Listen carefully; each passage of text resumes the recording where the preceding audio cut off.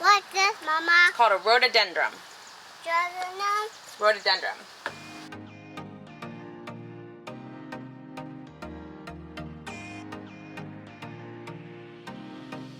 Hi guys, and welcome back to the farmhouse. Today we are going to propagate one of the oldest plants on our property, and that is these rhododendrons that are behind me.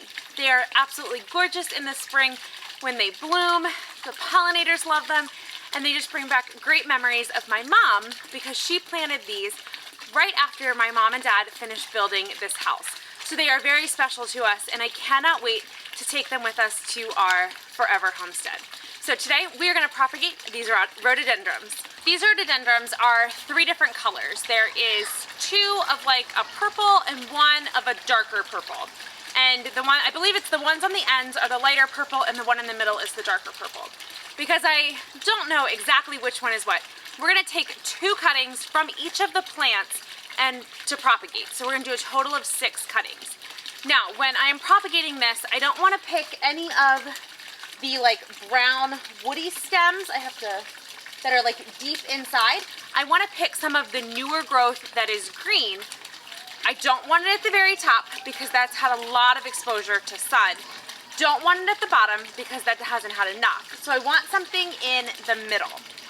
And because these have already bloomed and it is about time to prune them, pruning is the perfect time to also propagate. So it started to rain yesterday, so I didn't get a chance to finish propagating these rhododendrons. So we are going to do that right now. I am going to cut 2 cuttings from each plant. This is actually 3 plants and they're different colors.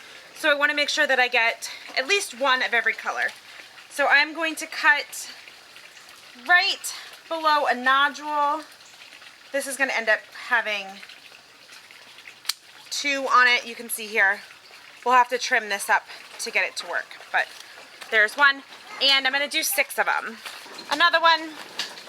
Let's go down here a little farther.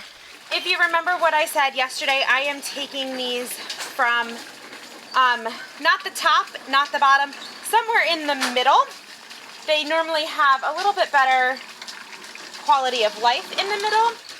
And I'm also taking them from the back side, just because that's the side that needs to be pruned. Now I've got to make sure I get them from the right plant.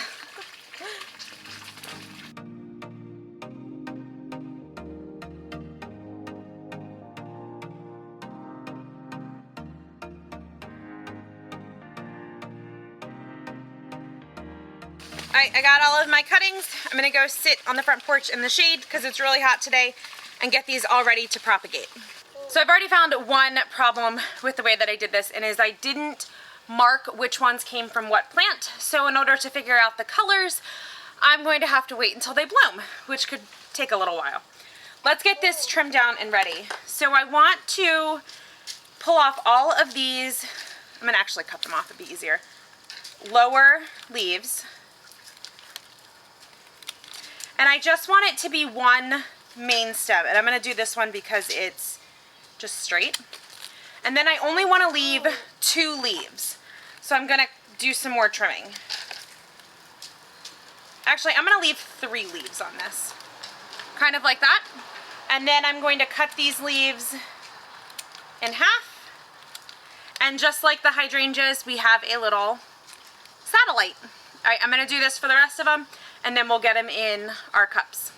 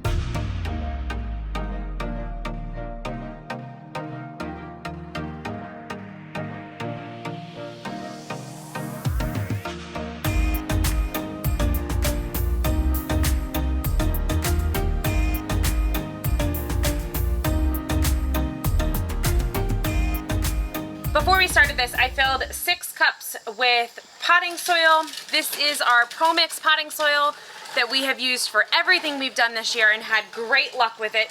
Now what I'm going to do is I am going to get this wet. You know what I'm going to do? Let's put a tray under it.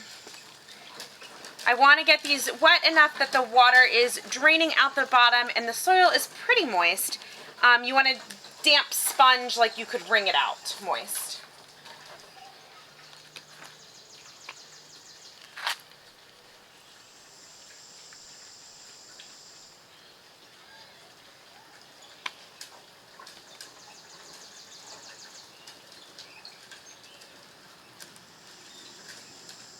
I have these pretty well watered. We are going to add more water to them, so I'm not too concerned. So what I'm going to do is I'm going to take my cutting and I'm going to dip it in the root hormone, swirl it around a couple of times so that it's thoroughly covered, and then I'm going to push it down into my cups, push the soil so that it is touching.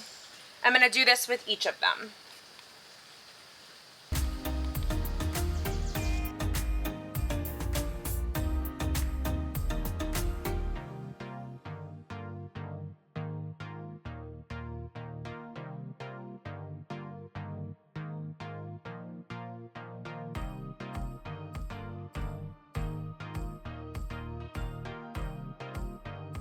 Now I'm going to give them some more water so that the soil is touching that cutting.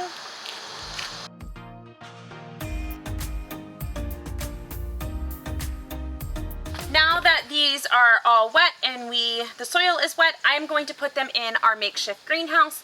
I love using these Sterilite containers as greenhouses when I am propagating things. I have done this with lavender and hydrangeas. I've even done it with milkweed. If you want to check those out, I will leave the link below for you. So I'm going to put these in.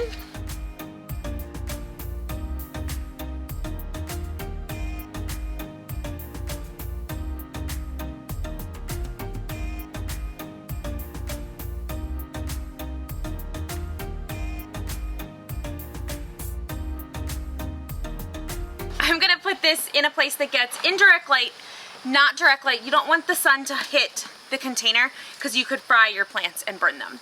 Some things I'm going to watch for is I'm going to watch that there is enough humidity in here so that it's clouding up, and I want to watch the soil. If I see the soil starting to get dry, I want to make sure that I add a little bit more water to my container.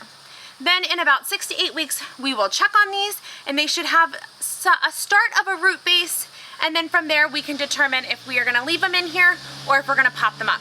Rhododendrons is one of many plants that we have propagated from this homestead. Like you guys know, I have a goal of propagating and taking as many seedlings and as many plants from this homestead to our future homestead.